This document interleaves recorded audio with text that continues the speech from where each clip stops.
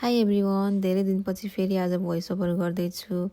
म चाहिँ अहिले 2.5 महिनाको सुत्केरी हो नि त। अनि यताउति हिँडिराखेको बेलामा भिडियोहरू चाहिँ बनाइराखेको हुन्छु, तर रुममा आएर भिडियोहरू एडिट गर्ने अनि भोइस ओभरहरू गर्ने टाइम नै मिलिराखेको छैन कि। आज चाहिँ मेरो बाबुलाई हस्पिटलमा फलोअपको लागि बोलाएको थियो, अनि उता म्युनिसिपल अफिसबाट पनि बाबुको माई नम्बर कार्ड बन्यो भनेर फोन आएको भएर म चाहिँ पहिला म्युनिसिपल अफिसमा माई नम्बर कार्ड लिन गएँ, अनि त्यसपछि चाहिँ हस्पिटलमा गएको थिएँ। दुवैतिरको काम सकिसकेपछि चाहिँ मेरो खानेपानी भर्न थियो, त्यसैले रुम नजिकैको सुपामा गएँ। पानी भरेर रुमतिर फर्केँ। म चाहिँ परदेशको ठाउँमा बच्चाको आमा हुन चाहिँ एकदमै गाह्रो कुरा रहेछ मेरो एक्सपिरियन्स अनुसार चाहिँ। यहाँनिर न त हाम्रो फ्यामिली हुन्छ, न त कोही आफन्त नै। आफन्तहरू भइहाल्यो भने पनि एकदमै टाढा हुन्छ, अनि हुने भनेको बुढा र बुढी मात्र हो। बुढा पनि काममा जानु परिहाल्यो, अनि आफू एक्लै। सो सबैतिर आफैले हेर्नुपर्ने, आफै पुग्नुपर्ने, अनि बेबीको टेक केयर पनि आफैले गर्नुपर्ने भएर चाहिँ मलाई गाह्रो फिल भइरहेको छ।